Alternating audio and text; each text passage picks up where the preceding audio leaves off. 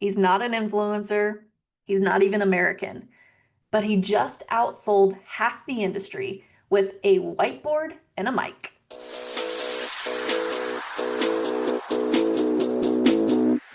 Okay, Owen, I just want to let's just kick things off with like a super bold move here. Mhm. You are, well, and you and your company is New Zealand. I think you're what, Singapore right now? Yeah, I'm based in Singapore. Headquarters are in New Zealand, Auckland, New Zealand. We've got team around New Zealand though. We've got team in Vancouver, Minnesota, San Diego. So through the States, the Philippines, South America, uh, all over the show. I think when you actually click on the Slack channel, general channel, and you go post this message and it says, "Are you sure?" You're going to be posting it to like 16 time zones. So it's business on hard mode, but it means that we can attract top tier talent from all over the world. Oh my gosh, I love that. I haven't hit 16 time zones yet, but that's amazing. Yeah, you don't So want to actually. It's very complicated. it's a bit much sometimes, huh? But I want to chat a little bit about because you guys do a lot of thing events and things in New Zealand for your home builders. So your niche is your home builders. What made you go, let's take this strategy, this sales strategy of doing events, tour stopping around New Zealand, let's take it to the US and let's go to Texas. What made you guys go, let's test it out? Why? Yeah, great question. And honestly, there's not one answer to that because we've grown so aggressively over the last 12, 24 months, and we have big ambitions to continue to grow again. It was just like one of the areas that we were able to make a really comfortable and confident bet on, in that it will help our business in multiple ways. So our heritage right back is that of an action coaching franchise. Like we're talking 10, 15 years ago. And the way that action coaching franchises operated is they typically run seminars. So a lot of our uh, foundation processes and systems from way back are through an acquisition model that is a seminar. Run to a small group, 30 to 50 people, and then they sign up at the back of the room, sort of thing. Mhm. So there was that's influenced all of our sales processes and online marketing since then. So we're pretty comfortable to make that bet. In terms of like why Texas out of New Zealand, it was a big market for us. So Texas is like the eighth largest economy in the world or something like that. So it's pretty comfortable that it's going to work.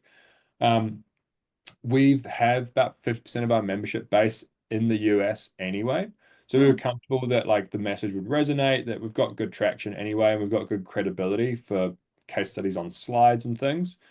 So we weren't too concerned that people were going to call us out or say, hey, that might work for, New Zealand, but we're in Texas. It's like, no, we've got case studies around the world. Um, it was time to get on the ground. Um, Mhm. so we were comfortable in that the bet we were making was a good economic bet. Like, we've got members already. It's a mechanism that works for us, and we know we can make it work. And then there's all those second order consequences. Like, for example, being a fully digital and fully remote company, it's hard to build shared experiences and community online. So it was a really Right. good opportunity for us to bring our US based and Canada based team into the same room together and hang out and actually have a shared experience together. Builds a lot of training, builds a lot of resiliency, builds a lot of shared experiences. And then if you go a couple of layers deeper from a marketing point of view, it's a really strong reason why. So it means that we can market to an area 3 months in advance and 3 months afterwards. And we're no longer just this online business from New Zealand. We're like a real physical, they can come and meet us, they can touch and feel the book. So everybody that came along got a copy of Marty's latest book, My Business Partner, and a copy of the workbook as well.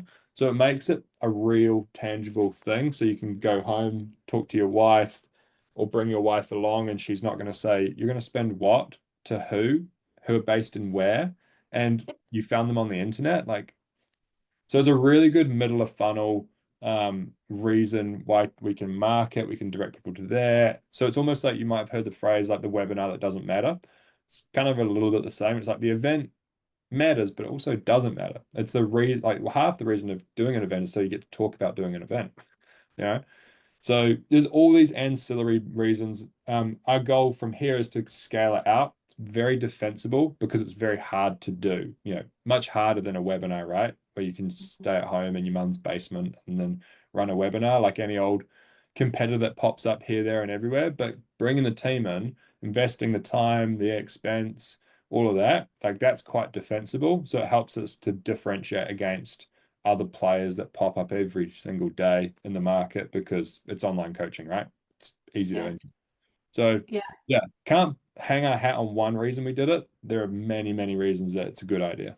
Yeah, well, and I think for, your audience, they probably want to go, if you are really real, let me like be in front of you and double check that you're a legit person. Is that right? Is that what you found from your market?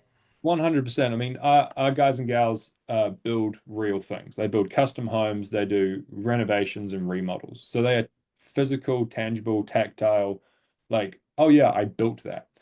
So often selling people on this vague, esoteric online coaching thing is like, so what do I get? What's included? Where is it? How does it work? Oh, it's on the Ethernet or the internet, like sort of thing. Just Yeah. you're exactly right. Being there in person makes it real. It makes it, an actual thing. And we're able to meet them, take them for lunch, have a good time. It's like a conversion event. Like they're very busy people as well. So we find that it's hard for them to consume stuff. But if we can create the vacuum of a conversion event, like sit down, then our conversion rates off the back are normally very, very high. So yeah. Mhm. Yeah.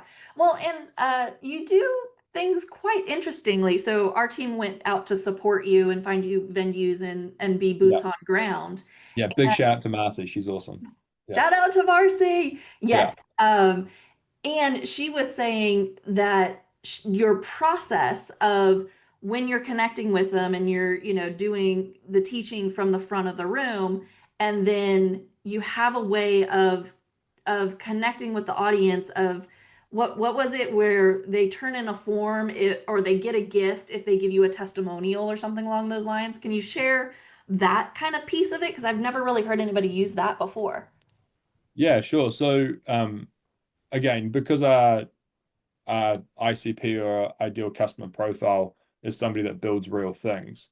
We like to, and one of our points of difference in our coaching program is that we like give you the systems. We don't just tell you to build the system. We like give it to you as a template, as an editable document, as an custom GPT or whatever exists. So as we're going through our presentation and we're going story, lesson, offer, and story, problem, agitate, solution, and things like that, we are sharing the unique mechanism or the bridge, like the tool, the system, the actual thing. But it's up on screen and we're in a workshop. We've only got 2.5 hours to cover it when we work with our members for 2.5 years. So then in the break, everybody's kind of like chomping at the bit. They're like, this is great, but what next? And then the trial close is, hey, if you've enjoyed this stuff so far, you want to get some soft copies of it so you can take it away, then just go see Marcy at the back of the room. Let her know what you've liked about the workshop so far to camera, and then she'll be able to send you the soft copies, sort of thing. So a little bit of a bribe, a little bit of a bonus for being there, and people see the value of all that sort of stuff, and you tell them what to do, and they go and do it, right? So it's a trial close, and it's an enrollment of people into your process. It's a micro commitment. When you say jump, they say how high, so that when you say jump later and you go sign up to the program, they go, okay, sure, sounds great, because I've just done it already, sort of thing. So. So brilliant. I love that. Why would you guys pretty much say that events are kind of like a non-negotiable in your business model? Why events? Why choose that over just funnels or DMs? Mm. I think because I mean this isn't unique to our industry, but we've got very busy business owners. Like a construction professional is running multiple sites. They've got the concreter, the roofer, the homeowner, the local municipalities, and the stuff that needs to get signed off so they can actually build the thing. They've got the cash collection. Like they've got so many competing priorities for their time and attention. And then this New Zealand company comes in and goes like, "Hey, there's a better way to do things." It's like, no shit, like, of course, but like there's so much going on. So we find that and in coaching, you don't grow via volume, you grow via throughput. So what we really want is we want to make sure that we get people to show up and consume and then be the right sort of person for us that ends up on the program, so that we can really get them a result. If you don't have a conversion event or like a time, date, and a thing that goes on, our guys will always kick the can down the road or only be the 5% of people that are ready right now. And we're all familiar with marketing, right? It's like you stand on the corner long enough shouting insurance for sale, 5% of people are always gonna go, oh, actually, yeah, I was looking for insurance today. So you need to create these environments where people can come in that are curious, problem aware, solution aware, ready to buy now, ready to buy next week, next month, and it facilitates that top, middle, and bottom of funnel thing where it's like we're doing an event, we're hosting an event, come along to an event, sign up today, sign up next week. Do you want to come to the next event? Would you like to come to a free event? Would you like to get this lead magnet, that thing? Would you like to talk to one of our team? Without that reason why or that like event and that deadline, it becomes less real and less, you know, it becomes more vague, random, and corner of the road shouting, "Do you want to sign up?" And it Yeah. doesn't Yeah, work. that totally makes sense. I'm also curious to know, you've now seen how different markets respond to different growth strategies. Is there a real difference? Is there a difference in the mindset between like the US and the New Zealand builders? Is one more skeptical than the other? Is one more ready to buy than the other? Are you seeing a difference? Do you need I to mean, change your marketing and shift a lot, or is it slight tweaks? it's slight tweaks. So, again, for our unique situation, we have a very tight, narrow niche. So we only work with custom home builders and remodelers. We don't work with HVAC, plumbing, electrical, roofers, really hardscapers. Like we've got a very narrow ICP. So the biggest variable in our experience is less the speaker, um, and more the positioning to the market and filling the room via the correct partners and the correct messaging. So, for example, we do very well in filling the room via associations like the Home Builders Association of San Antonio, or Master Builders in New Zealand and Australia, or the Housing Institute, and things like that, where there's a collection of like people that already exist. They already are there and they're the right ICPs for us. And then we top it up via online marketing. We Our events in the US, because we have got half our membership base, but we've kind of grown online there. We lacked some of those networks and those partnerships going in for this round, and it showed in our room was like poorly qualified. So the speaker, the presentation, the skepticism, like that was all fine. Our opportunity is to improve the front end and just do that via better partnerships so that we're filling the room with more qualified people. So because we've got such a tight, narrow niche, there's low skepticism, there's high believability, there's great positioning already, and that we can help people because they're coming to be a professional builder. If they're a custom home builder remodeler, we've literally wrote the book on it, right? It's just making sure that we fill the room with the right people, and therefore we're partnering with the right stuff. So, there's low to no difference that we've found. And it really just comes back to, again, like your execution risk rather than, having to do it completely differently. Yeah, but I've heard you say a couple of things in that one, you know your ICP, you know your ideal client, and it's pretty niche down. It's not super wide. Secondly, it's not really necessarily the speaker. So you don't need a whole bunch of, like, there are events out there that are like, oh, come because of this speaker, come because of this speaker. I've got 12 speakers for you to come to my event. And then, by the way, let me show you my program. And it's like, well, if they're coming for the speakers, they're definitely not going to come for your program. Mm. If you want to sell your program, you actually have to sell essentially the problem that they're having. Is that what you guys Mm. are seeing? Why you don't have Yeah, a ton of different speakers? yeah. And again, this probably tracks back right to our kind of like roots of doing it as an action coach franchise, like way back, like the Brad Sugars model. And we don't have We've never really shared the stage. It's ends up with competing offers, wallet share problems, poor conversion, and again, poor throughput. Like we're a coaching company, we don't grow via volume of top of the funnel, we grow via throughput of ICPs. Like people actually, so for example, we just did 6 events around Texas. We were in Dallas, Fort Worth, Austin, San Antonio, KD, Houston, and West Chase, Houston. And our lowest attended event was San Antonio.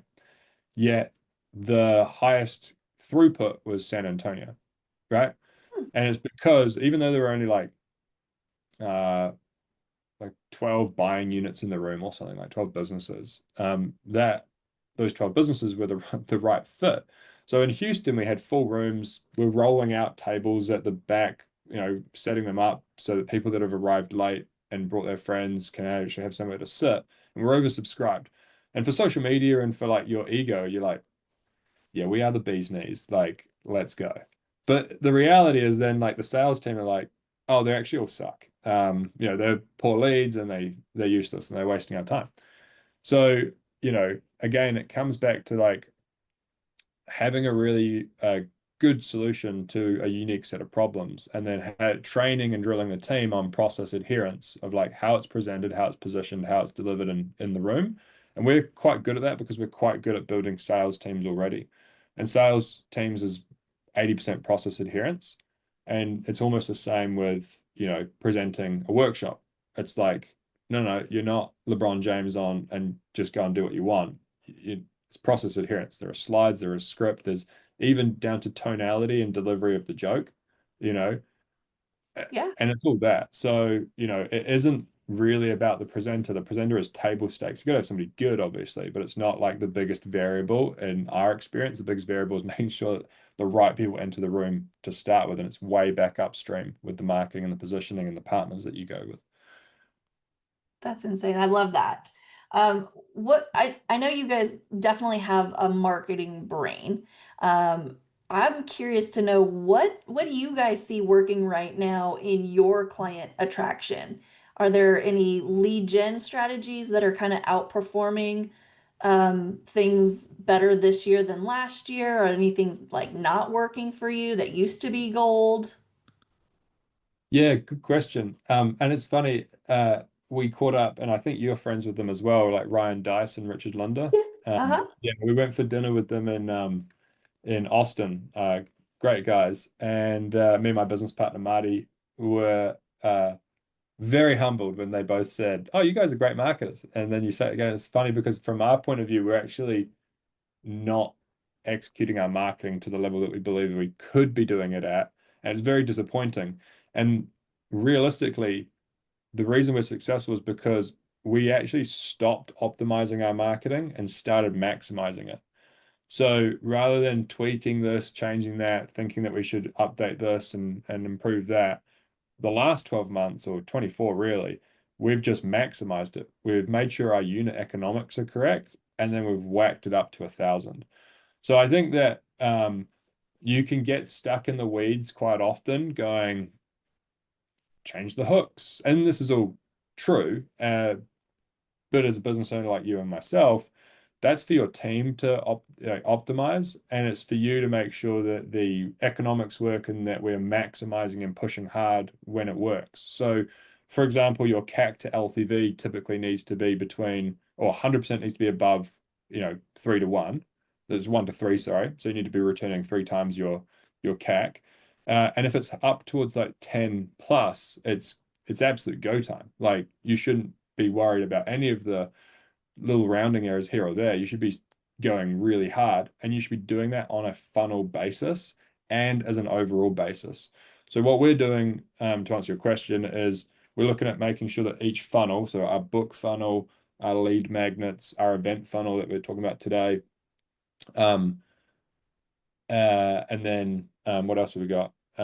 Book a call, um, and webinars, that each of them are providing at least a 3 to 1 return, like CAC to LTV, right? Or LTV to CAC. And Mhm. then any that are getting, and then overall, as a company, it needs to be up beyond 8, 9, 10, 11, 12, 13, 14, 15, sort of thing. So for us, like what's working, it's like, well, it's actually stopping looking at the majoring in minutia and starting to focus on like maximizing rather than optimizing. That was probably the biggest thing for us.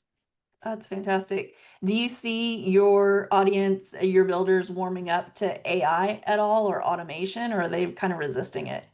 No, yeah, probably presumably similar to kind of like every industry. There's that bell curve, right? You got the Yeah. bleeding edge people, you got those that are searching for shiny objects. Um, and we've got some lead magnets, we've got some tools, we've built some tools for our members that are AI, custom GPTs. A big mantra that we repeat in the member success department, even pre AI, is like speed to solution. So you hear it a lot in sales, it's speed to lead, and it's true. And then in ours, it's like speed to the solution. So how can we get a member a result really quickly? And with AI, we can do that even better than we used to, which is great. But the reality is, it's kind of like just like no software is coming to save you, like no AI is coming to save you just yet. So you've got Just to yeah. make sure that like everything else works, and that's why you know it's a sometimes a great and again throughput, right? Hmm. AI stuff might attract you some great volume of leads. How many of them are your ICP? How many Right. of them convert into members? Are they just clogging up your sales team's calendar, or are they actually efficient leads? And that's why, San Antonio, low volume, great throughput. AI, Hmm. huge volume.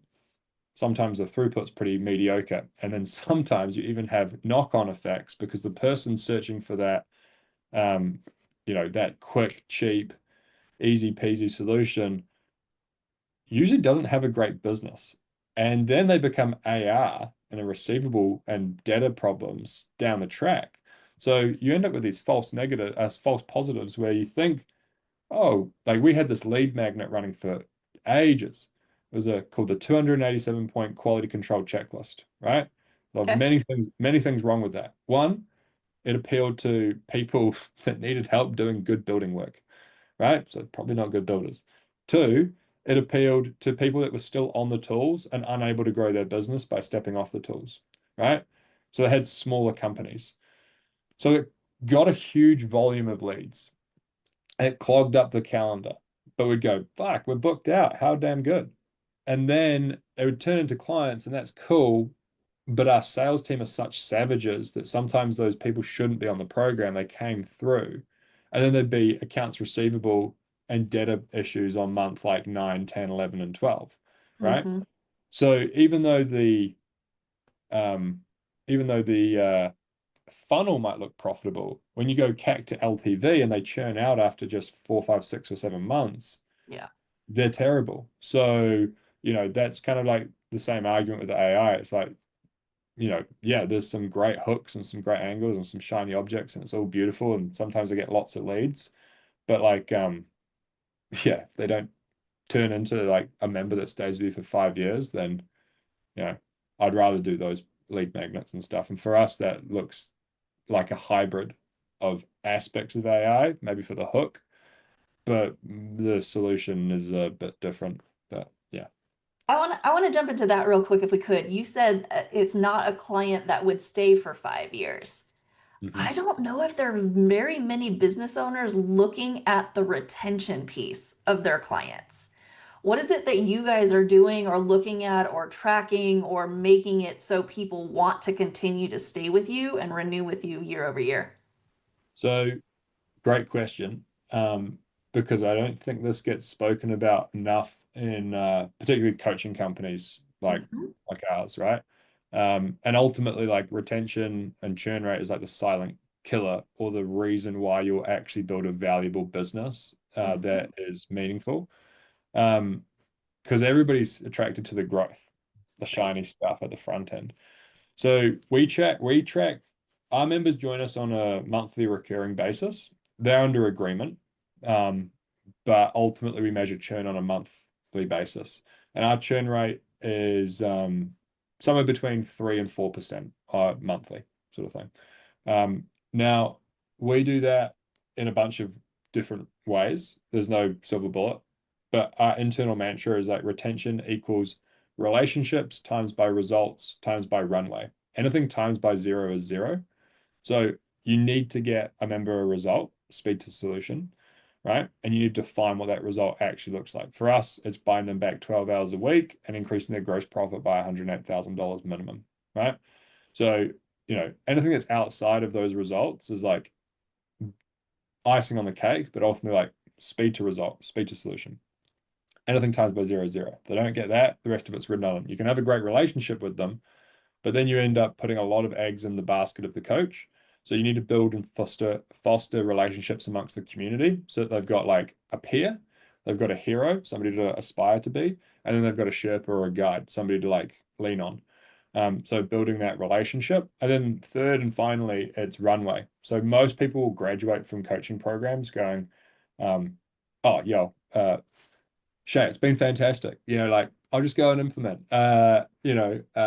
You've been great, but I think we're good for now. And that's where it's the job of both the coach and the community and your heroes that they've met to extend the runway and to show them what the future can look like. We use a tool called the business maturity date, or BMD, and that's like their 3 to 5 year target. So what role do they play? What profit do they draw? And all this sort of stuff. And it's an exercise done and choreographed into their member journey so it's actually executed and they can see the future and they stretch the runway out. We're not perfect. We still end up with, 3 to 4% churn each month. And honestly, like a third of them are because, like I said before, they've come from the 287 point, like our marketing's wrong. And they end up with like, oh, really, that was a fringe deal. And we're not going to hold anybody over a barrel, even though we've got contracts, right? If they're not a good fit, 80% of our problems come from 20% of our members. Just cut the cord, get rid of them. Yep. Um, a third graduate and they do get to the end of their contract. They're like, cool, thanks, see you later. It's like, yeah, whatever, no, not a problem. And then a third will have like just shit go on, right? Like a baby or a death or random stuff, an accident on site. Like these guys are builders, they fall off roofs and break their legs and random stuff like this. And it's Yeah. horrible, but it's the reality. And sometimes they go on pause and they come back, sometimes they just leave. So that's how we think about it. Retention is relationships, results, and runway, and it's a multiplication equation, not an addition one, sort of thing. Hmm. But again, there's other ways to think about it from like high level of service. There's a great book called Unreasonable Hospitality, which everybody should read. And Nice. it's fantastic around how you provide this level of service. And we give it to all of our team in the member success department to read when they're onboarded. So yeah. That's fantastic. And you're right. I don't think people, one, in business think about retention because they're all about the shiny. And Mm. so they're churning because they don't think about the retention. They don't think about how do we keep them and actually help them stay with us and continue to learn and grow and stay with you longer. Then you don't have to crazy market on the front end if you're Mm. retaining them, right? Yeah, And you've got that monthly reoccurring revenue coming in and you've got a base of, let's just say 100 solid clients. You already have your next month's bills covered because of the reoccurring revenue you've got coming in with the current clients that exactly. you have, Yeah, right? well, it's so much easier to run a business when you've got some predictability, right? Like, we make our overhead decisions based on our recurring revenue, even though we collect about 20% of investment of members pay in advance with a discount, or 15 to 20%, given on how the sales team are going and how the marketing's performing. Um, and then that paid in advance stuff can cover ad spend and commissions. The recurring, which is variable, and the recurring can cover fixed overheads. So it's far easier to run the company.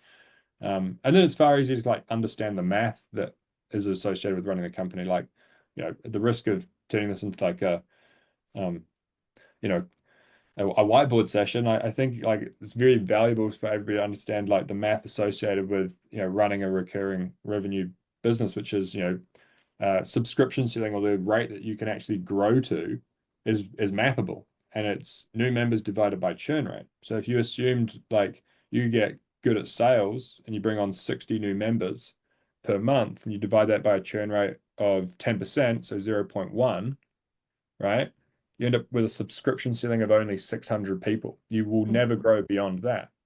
But Mhm. if you onboarded the same or fewer people, let's say 50 a month, but a churn rate of what we're at, which is, 3.5%, so 50 divided by 0.035, right? You end up with a subscription ceiling of 1,430 people. Yeah. Like you've just doubled the business by taking on board fewer people, but having them stay for longer. So like the math is back a napkin, but is ultimately like you you can have a business twice the size, which is far more profitable, sort of thing. Yeah. Yeah. So, because you're a coaching business, and I don't know if a lot of people think about it, how do you have a coaching business also be giving you monthly recurring revenue and have it kind of be subscription? Is it mainly because you have payment plans in your program? Is that how you're looking at it, or is it a different setup? Yeah, no, ultimately, yeah. So we have a member journey that they go through. We have a curriculum that they work through. We have a payment option that they choose. So, members get to the end of their, sorry, prospects get to the end of our sales funnel or, onboarding journey, and they choose. They either go with the advanced savings option, um, or they go with the monthly option. It's up to them. And we tell them, members kind of go 50-50 on this. It's your choice. Are you more of the cash flow kind of guy? You like to pay monthly, but a little bit more? Or are you more of the savings kind of guy? And you like to take a big saving and never have to worry about it until next year when you choose to join us again. Yeah. And like I said, like 15 to 20% of people choose the upfront option. And and then yeah, they go through the member journey and then they get, a result, relationship, runway, So and then towards the end of let's just say it's a year long, they pay up front year Mhm. long or they payment plan for a year. Towards the end of it, for those that are paying, is it an automatic renewal or do you re-enroll them? Yeah. So, I mean, this is something that we haven't mastered yet and we're still working through because we have good, like, there's that retention rate includes everybody that just graduates. So, what we do is in the agreement, it says at the end of 13 months, which is the term of our initial agreement, it rolls into a month by month, at which point you can cancel at any time. You just got to give us 30 days notice in writing, meaning they give us the notice, the final payment is due, and then they have access for 30 days after that sort of thing. Oh, So, like that's how it's set up. But we're working towards having more of a percentage of people that graduate onto another agreement because we again are trying to build something that's really valuable and something that's got a lot more predictability to it than having all these people graduate into a month to month, which is, very risky. As we get to, uh, 7, 8, 9, 10, 100 members sort of thing. We're currently at 600 active members. And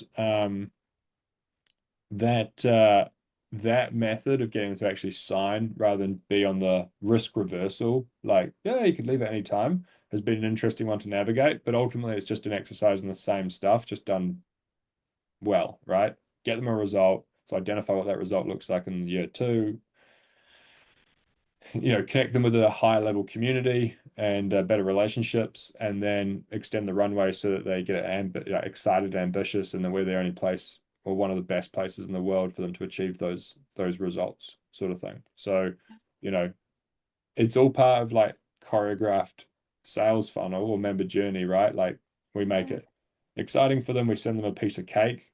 We know the last 12 months hasn't been a piece of cake, but thanks for, coming along on the journey with us. We can't wait for the next 12 months. We, you know, have those heroes in the community that are aspirational. So anytime we're introducing a hero or a spotlight, it's member X part of program Y, which is obviously the top program, to make sure that they're perceived as celebrities in the community and people want to be like them. Um, so there's heaps that goes into it, and we're good, but we're not great at that just yet. So Yeah, I love open to it. suggestions. I love no, I've got some ideas for you in a couple of books, I think, as well to take a look at because it's something that I've been looking at is the retention piece. Because I Hmm. see the back ends of a lot of my clients and their events, and it's like then it falls off. And so I'm like, oh, let's just make it so they stay with you longer.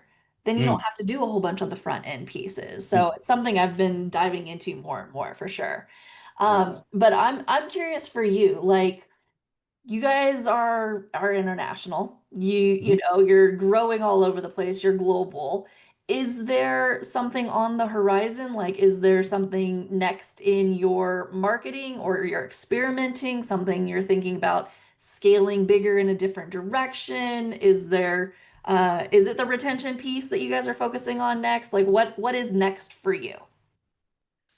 So next for us is kind of really building good resiliency. So we've got a great leadership team. We've got you know, four great departments and an operations department and sales, member success, and marketing, and a great leadership team that run those. We've got good teams below them. We're just trying to build a resiliency of like some of those middle managers and some of those leaders, and then like more replicable processes at scale. So, you know, what we're looking to do on the event side is to really systemize down the playbook to be able to run these events Hmm. at scale in each territory. So ideally, like we've just done 6 around Texas. We're just about to do 10 around New Zealand, starting in 2 weeks and going for 3 weeks. We've got 7 in Australia in October.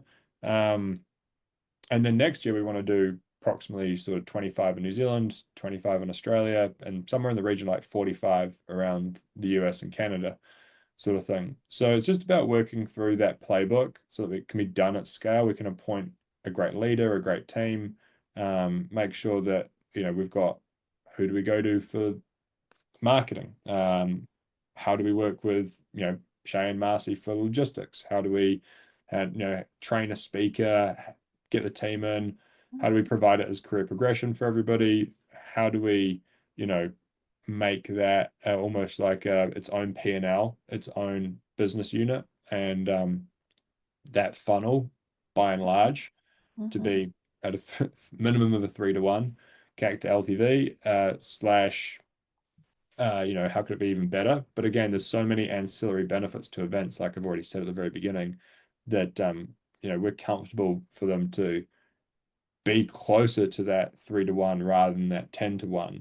because the for an online business, it's so intangibly valuable, um, rather than just more of the same. If you're serious about running like a big, resilient, sustainable company and not just like a lifestyle business, like which is fine, but Right. that's what some people choose to do when they get into the coaching space. But we Yeah. don't choose to run ours that way.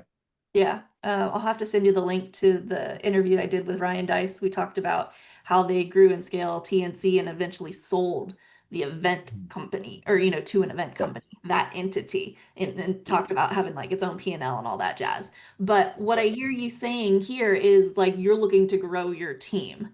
If Mhm. there is somebody here that's listening and going, you know what, I want to be a part of this international team, um, Mhm. is there a way for them to connect with you? Can we put a link in the show notes? Do you want to share a little bit about, your guys' company and somebody can like hear more?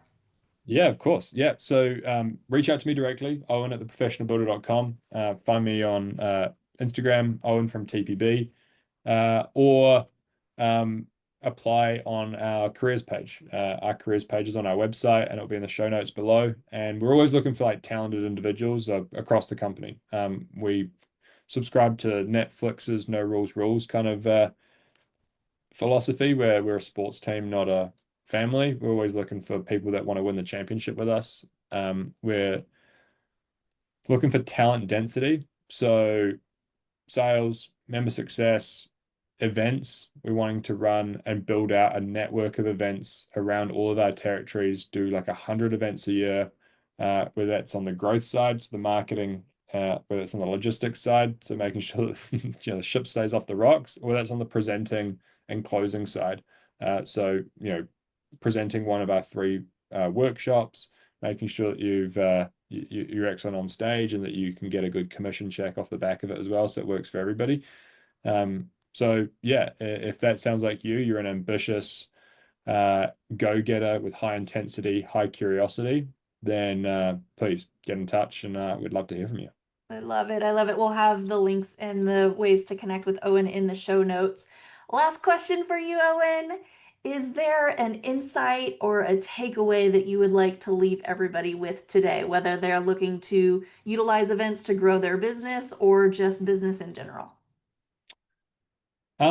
Great question. There's the yin and the yang of it. So most people look at the shiny strategies in the middle and forget the stuff right at the ends of the spectrum, which is just unit economics and your math of how big you can grow and how it's going to work. And then all of the second order, third order consequences of just doing something. So like events are an exceptional example of that. And that's why I believe everybody should be doing events, is because if you make the math work, they're phenomenally excellent funnels.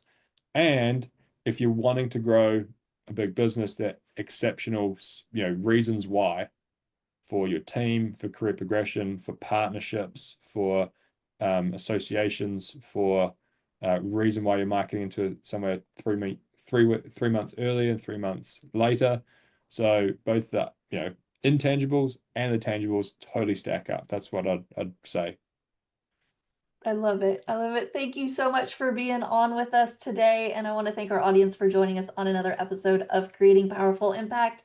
Make sure you like and subscribe. And until next time, have an outstanding rest of your day. Take care. Thank you so much for listening to the Creating Powerful Impact podcast. If you are a successful coach, speaker, author, or thought leader who would like to be on this program, simply visit creatingpowerfulimpact.com/guest.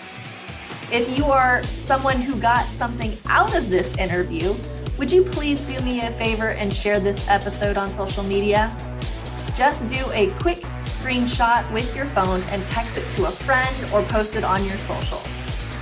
Also, if you know somebody that would be a great guest, tag them on social media to let them know about the show and include the hashtag Creating Powerful Impact. I love seeing all of your posts and great guest selections. We are regularly putting out new episodes and content. To make sure you don't miss any episodes, go ahead and subscribe. Your thumbs up, ratings, and reviews go a long way to help promote the show, and they really mean a lot to me and my team. Want to know more about us? Head on over to our website, graceandeaseproductions.com, or follow me on LinkedIn, Facebook, or Instagram. Just look for Grace and Ease Productions on your favorite platform. Thanks for listening. We'll see you next time.